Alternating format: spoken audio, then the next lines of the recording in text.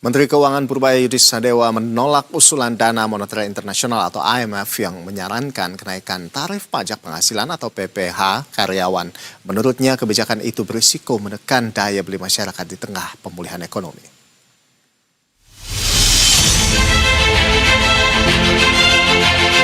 Menteri Keuangan Purbaya Sadewa menolak usulan Dana Moneter Internasional atau IMF yang menyarankan kenaikan tarif pajak penghasilan atau PPh karyawan.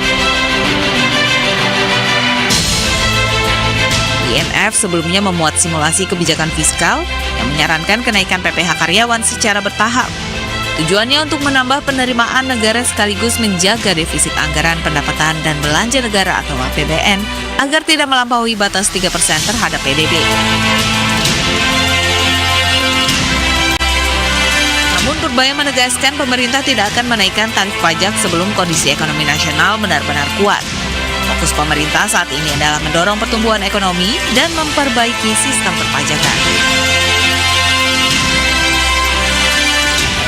Kan saya bilang sebelum ekonominya kuat, kita akan rubah-rubah itu tarif pajak. Tapi kita akan ekstensifikasi, tutup kebocoran pajak dan lain-lain. Adapun menurut Purbaya, menaikkan tarif pajak dalam kondisi ekonomi yang belum sepenuhnya pulih justru berisiko menimbulkan dampak berantai, mulai dari turunnya daya beli hingga perlambatan ekonomi.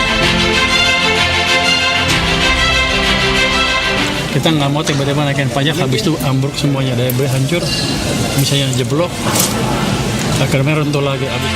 Purbaya menjelaskan jika ekonomi melemah akibat kenaikan pajak, pemerintah justru berpotensi menambah utang untuk menutup kebutuhan pembiayaan. Kondisi itu berisiko mendorong defisit APBN menembus batas yang selama ini dijaga.